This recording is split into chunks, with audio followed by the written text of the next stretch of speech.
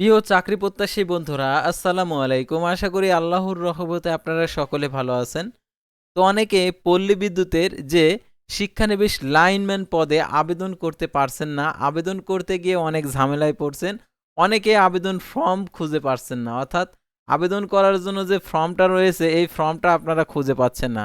তো এই ফর্মটা কিভাবে ডাউনলোড করবেন আর এই ফর্মটা সঠিকভাবে কিভাবে পূরণ করবেন সম্পূর্ণ বিস্তারিত আজকের এই ভিডিওটিতে জানতে পারবেন। তাই ভিডিওটি আপনার জন্য অত্যন্ত গুরুত্বপূর্ণ, কারণ আপনি শিক্ষানবিশ লাইনম্যান পদে আবেদন করতে চাচ্ছেন। তো ভিডিও শুরুর প্রথমে আপনি যদি অল জব নিউজ বাংলাদেশ এই চ্যানেলে প্রথমবার এই ভিডিওটি দেখে থাকেন তাহলে আমাদের এই চ্যানেলটিকে সাবস্ক্রাইব করে রাখবেন, notification bell button all press করে রাখবেন, এই ভিডিওটিতে লাইক করে দেবেন।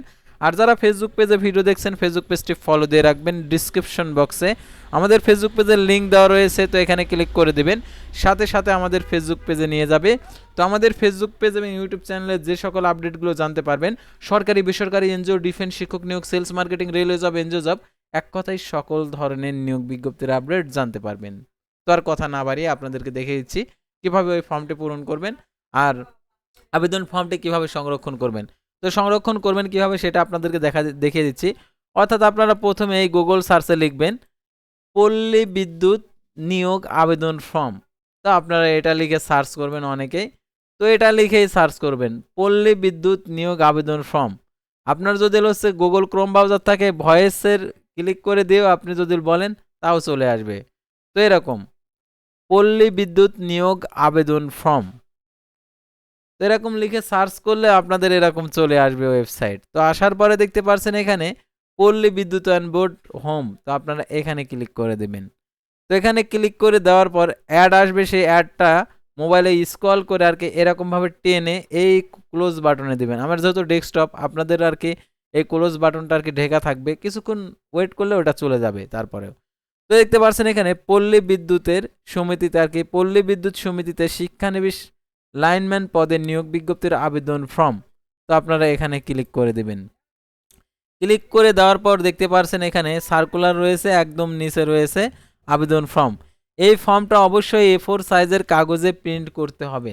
তো ডাউনলোড করার জন্য এই দেখেন এখানে ডাউনলোড চিহ্ন, যারা ডাউনলোড চিহ্ন কখনো চিনেন না তো আজকে চিনে নেন, এই যে এটা হচ্ছে ডাউনলোড চিহ্ন, এখানে ক্লিক করে দেবেন।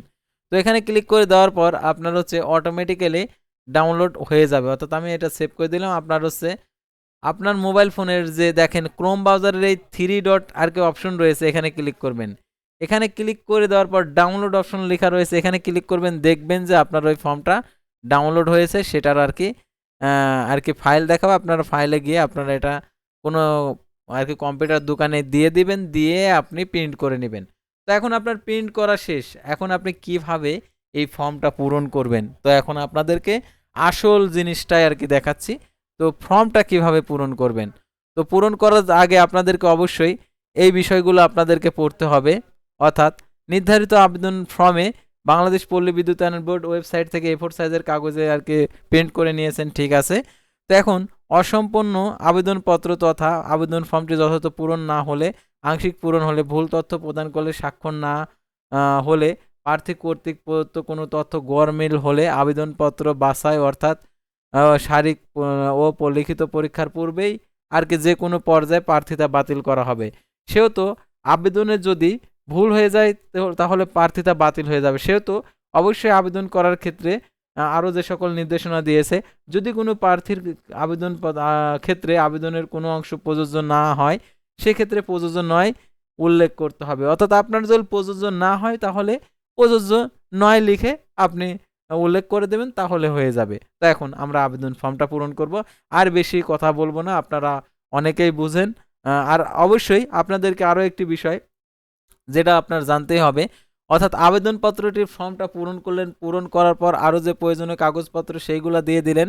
তো তার সাথে দেখতে পাচ্ছেন আবেদনপত্রের সঙ্গে শিক্ষাগত যোগ্যতা এসএসসি সমান, মূল সাময়িক সনদপত্র, প্রশংসাপত্র গ্রহণযোগ্য নয়, এর ফটোকপি, নাগরিকত্ব সনদ অর্থাৎ চেয়ারম্যানের যে নাগরিকত্ব যে সনদ দেয় সেটা ফটোকপি, সদ্য তোলা 4 কপি পাসপোর্ট সাইজের আকারের প্রথম শ্রেণী গ্যাজেট কর্মকর্তা কর্তৃক সত্যায়িত হতে হবে, এবং 200 টাকা মূল্যমানের bank draft, pre order, postal order, তারপর bank draft, senior manager, general manager, ক্রমিক নম্বর 13 উল্লেখিত জেলায় সংশ্লিষ্ট পল্লী বিদ্যুৎ সমিতির অনুকূলে আর কি যুক্ত করতে হবে। পোস্টাল অর্ডার ব্যাংক ড্রাফট আবেদন ব্যতীত আবেদনপত্র প্রেরণ করা হলে তা গ্রহণযোগ্য হবে না। তো এখন আপনি যে আর কি ম্যানেজারের অনুকূলে আপনি আবেদন করবেন আর কি পল্লী বিদ্যুতের, অর্থাৎ নিজ জেলার সংশ্লিষ্ট পল্লী বিদ্যুৎ সমিতির অনুকূলে যুক্ত করতে হবে।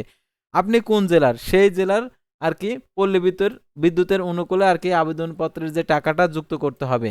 এটা যদি ভুল করেন তাহলে কিন্তু আপনার ভুল হয়ে যাবে। অর্থাৎ আপনি যে টাকাটা দিচ্ছেন 200 টাকা, ধরেন পোস্টাল অর্ডার অথবা প্রি অর্ডার অথবা ব্যাংক ড্রাফটের মাধ্যমে, তাহলে সিনিয়র জেনারেল ম্যানেজার অর্থাৎ আপনি যে জেলার আছেন সেই জেলা উল্লেখ করে দেবেন।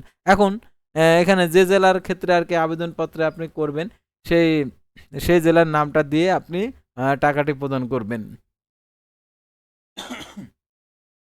তো এখন আপনি যদি ঢাকা পল্লী বিদ্যুৎ সমিতির একের আর কি হয়ে থাকেন পলাশবাড়ি নবীনগর আর কি নবীনগর ঢাকা, তাহলে আপনি এটা সিলেক্ট করে দিবেন। অর্থাৎ এটা সিলেক্ট করে দিবেন, অর্থাৎ এখানে লিখে দিবেন আর কি ব্যাংক ড্রাফটের সিনিয়র জেনারেল ম্যানেজার আর কি আপনার যে ক্রমিক নম্বর হচ্ছে 13, অর্থাৎ এই যে 13 যে এখানে লিখে দিলেন ঢাকা পল্লী বিদ্যুৎ সমিতি 1, অর্থাৎ আপনি যেখানে পাঠাচ্ছেন খামের ভিতরে ঠিক ওই জায়গাতে আর কি চলে যাবে, সেখানে গিয়ে আর কি এই টাকাটা সেই ঢাকা পল্লী বিদ্যুৎ সমিতির অফিস থেকে আর কি টাকাটা হচ্ছে আর কি প্রদান করবে। তো এখন হচ্ছে বিষয় হচ্ছে এখন আপনি যে জেলার হবেন সেই জেলার এখানে নাম দেওয়া রয়েছে, কুষ্টিয়া, যশোর, মাগুরা, আপনি যে জেলার হন, সিলেট হন, পাবনা হন, তারপর নওগাঁ হন, বগুড়া হন, রাজশাহী হন, প্রত্যেকটা জেলা দেখেন এখানে 64 জেলায় দেওয়া আছে। তো এখন এই পেমেন্টের বিষয়টা আপনারা ক্লিয়ার। এখন হচ্ছে আবেদন ফর্মটা আপনাদেরকে ক্লিয়ার করে দিচ্ছি। অর্থাৎ এখানে পাসপোর্ট সাইজের 4 কপি সত্যায়িত ছবি আর কি স্টেপলার দিয়ে লাগাতে হবে।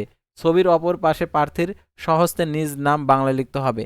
অর্থাৎ আপনার যে ছবির পিছনের যে অংশ আছে সেখানে আপনার নাম বাংলায় লিখবেন, আর এখানে আঠা দিয়ে লাগানো যাবে না, স্টেপলার করে 4 কপি এখানে স্টেপলার করে দিয়ে দেবেন।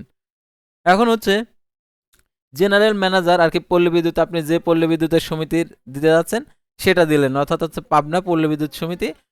যদি আপনার 1 হয় 1, যদি আপনার যশোর হয় তাহলে যশোর। দেখতে পাচ্ছেন এখানে যশোর পল্লী বিদ্যুৎ সমিতি 2, তাহলে এখানে পল্লী বিদ্যুৎ সমিতি এখানে দেওয়া আছে, তাহলে এখানে লিখতে হবে যশোর পল্লী বিদ্যুৎ সমিতি, এই 1 কেটে দিতে হবে, 2টা টিক চিহ্ন দিয়ে দিতে হবে। আর সিনিয়র জেনারেল ম্যানেজার তো এখানে তো আছেই, সিনিয়র জেনারেল ম্যানেজার। তো এখন হচ্ছে বিজ্ঞপ্তি আর কি বিজ্ঞাপনের সূত্রের পত্রিকার নাম, বিজ্ঞপ্তি প্রকাশের তারিখ আর কি আবেদনকারীর পূর্ণ নাম বাংলায়।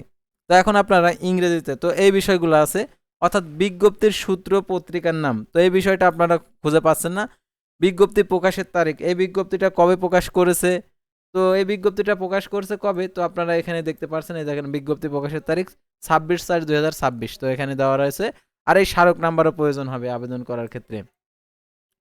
তো দেখতে পাচ্ছেন এখানে যে আরও যে পূর্ণাঙ্গ যে আপনার হচ্ছে পূর্ণাঙ্গ নাম বাংলায় আপনার লিখতে হবে, পূর্ণাঙ্গ নাম, অর্থাৎ বাংলাতে আপনাদের অবশ্যই আপনার সার্টিফিকেটের যেভাবে রয়েছে, আপনার এনআইডি কার্ডে যেভাবে রয়েছে বাংলা নাম, ঠিক সেইভাবে আপনাদেরকে বাংলা নামটা আর কি লিখতে হবে।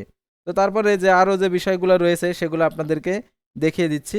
তো সাধারণত আপনারা অনেকে আছেন যে এগুলো বুঝতে পারছেন না, আপনাদের হতাশ হওয়ার কোনো কারণ নেই, কারণ একদম খুব ইজি পদ্ধতিতে আপনারা আবেদন করতে পারবেন।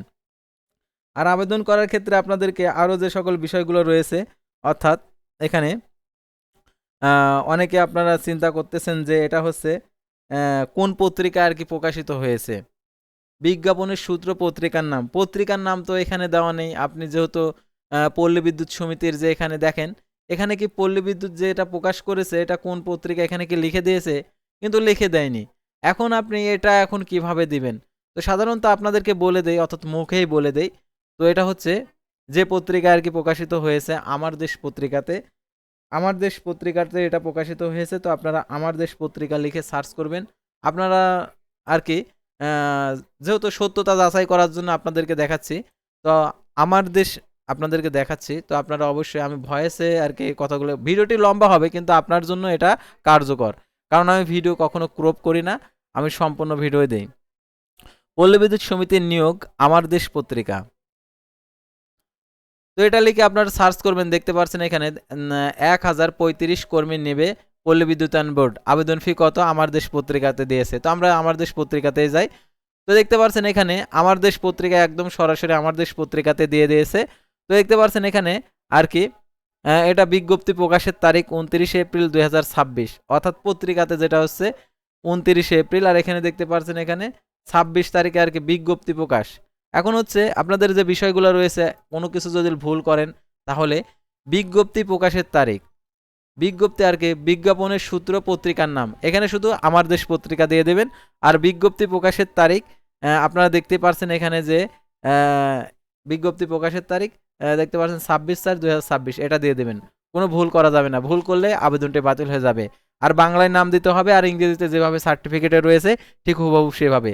তারপর মাতার নাম, এনআইডি কার্ড প্লাস আপনার সার্টিফিকেটে যেভাবে রয়েছে, পিতার নাম, জন্ম তারিখ আপনার এসএসসি সমান সনদ অনুযায়ী দিতে হবে। আর বয়স অবশ্যই 19/5/2026 খ্রিস্টাব্দ তারিখে বয়স কত হবে সেটা আপনাদেরকে দেখিয়ে দিচ্ছি।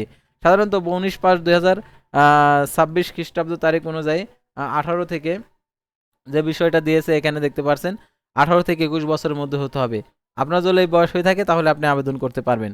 তো তারপরে আমরা আরও যে বিষয়গুলো রয়েছে, সাধারণত আপনারা অনেকে ভুল করেন। তো পল্লী বিদ্যুৎ সমিতিতে কর্মরত মিটার রিডার কাম মেসেঞ্জার কিনা টিক দিন। যদি আপনি পল্লী বিদ্যুতে কর্মরত আছেন যে মিটার রিডার কাম মেসেঞ্জার, তাহলে হ্যাঁ দিবেন, আর যদি না হয় তাহলে না ঘরে টিক দিবেন। তো এটা নাড়ার কারণ নেই, অর্থাৎ এখানে আপনি কি না আর কি এখানে যদি টিক চিহ্ন দেন, এই হার ঘরে টিক চিহ্ন দেন, তাহলে কিন্তু হ্যাঁ হয়ে যাবে। আর যদি না হয়ে থাকেন শুধু এটা টিক চিহ্ন দিয়ে দেবেন, এটা কোনো পূরণ করার কোনো প্রয়োজন নেই। তারপরে কোঠার প্রার্থী কি না, এখানে লিখে দেবেন প্রযোজ্য নয়। তারপর আপনার ধর্ম, তারপরে জাতীয়তা, তারপর নিজ জেলার নাম, আপনি যে জেলা থেকে করছেন, বিবাহিত হলে বিবাহিতর ঘরে টিক চিহ্ন দিয়ে দেবেন। তারপর স্থায়ী ঠিকানা, স্থায়ী ঠিকানা আপনার দেখেন এনআইডির পিছনে দেওয়া রয়েছে, স্থায়ী ঠিকানা, বর্তমান ঠিকানা দেওয়া রয়েছে। তারপর আপনার সচ্ছল ফোন নাম্বার। আর আপনি যে প্রে অর্ডার আর কি পোস্টাল অর্ডার ব্যাংক ড্রাফের করেছেন, সেটার হচ্ছে নাম্বার আছে, সেই নাম্বারটা দিয়ে দেবেন। আর কত তারিখে এটা ক্রয় করেছেন সেটার এখানে নাম্বার দিয়ে তারিখ দিয়ে দেবেন। আর এখানে মূল্য যেহেতু 200 টাকা, তাহলে এখানে 200 টাকা লিখে দেবেন। এখন প্রার্থীর শিক্ষাগত যোগ্যতার বিবরণ, পরীক্ষার নাম, শিক্ষা প্রতিষ্ঠানের নাম, প্রাপ্ত এবং সার্টিফিকেট, ডিগ্রি অর্জন। আপনি এসএসসি যেহেতু পাস, তাহলে এসএসসি দিয়ে দিলেন। অর্থাৎ আপনার যদি 21 বছরের মধ্যে যদি আপনার এইচএসসি কমপ্লিট হয়ে থাকে, তাহলে এইচএসসির ইনফরমেশনটাও দিতে পারেন। তো কারণ এইচএসসি পর্যন্ত আপনার 21 বছর যারা রয়েছে এইচএসসি অনেকেই পাস করে থাকে, তো সেহেতু অবশ্যই আপনারা সেভাবে আর কি পূরণ করবেন। এখন প্রাক্তন বা বর্তমান চাকরি কলানুক্রমিক বিবরণ শুধুমাত্র প্রযোজ্য ক্ষেত্রে। এখানে যারা চাকরি বা পদের নাম, বেতনক্রম, যোগদানের তারিখ, চাকরির পদত্যাগের তারিখ, যারা চাকরিরত রয়েছেন তাদের ক্ষেত্রে এটা পূরণীয়। আর যারা আপনি যেহেতু চাকরিরত না, তাহলে এখানে প্রযোজ্য নয় লিখে দিতে পারেন।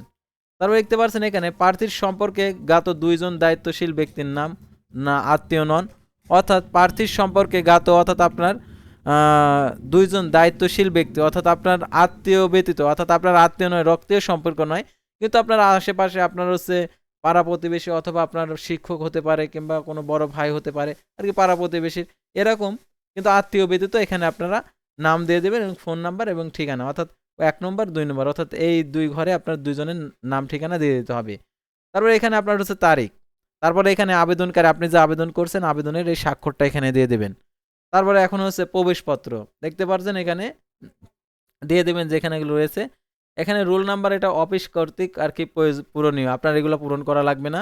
তারপর এটাও পূরণ করা লাগবে না। তো এখানে প্রার্থী কর্তৃক পূরণীয়, অর্থাৎ প্রার্থীর নাম, ঠিকানা, আর কি যে ঠিকানায় আপনি প্রবেশপত্র পেতে ইচ্ছুক সেই ঠিকানার নাম দিয়ে দেবেন। তো তারপরে এখানে যে প্রার্থীর প্রতি সাধারণ নির্দেশনাবলী, এই নির্দেশনাবলী অবশ্যইগুলো আপনারা পড়বেন। তো এইভাবেই আপনারা পল্লী বিদ্যুৎ সমিতির যে সঠিকভাবে সঠিক নিয়মে আবেদন করতে পারবেন। তো আশা করি আপনারা বুঝতে পারছেন। আর যদি না বুঝে থাকেন তাহলে আপনারা আমাদের যে হেল্প নাম্বার রয়েছে, হেল্প নাম্বারে কল দিলে অবশ্যই আপনাদেরকে বুঝিয়ে দেব। তো আজকের ভিডিওটি এই পর্যন্তই। আল্লাহ হাফেজ। আর ভিডিওটি যদি ভালো লেগে থাকে আমাদের এই চ্যানেলটিকে সাবস্ক্রাইব করে রাখবেন, ফেসবুক পেজটি ফলো দিয়ে রাখবেন।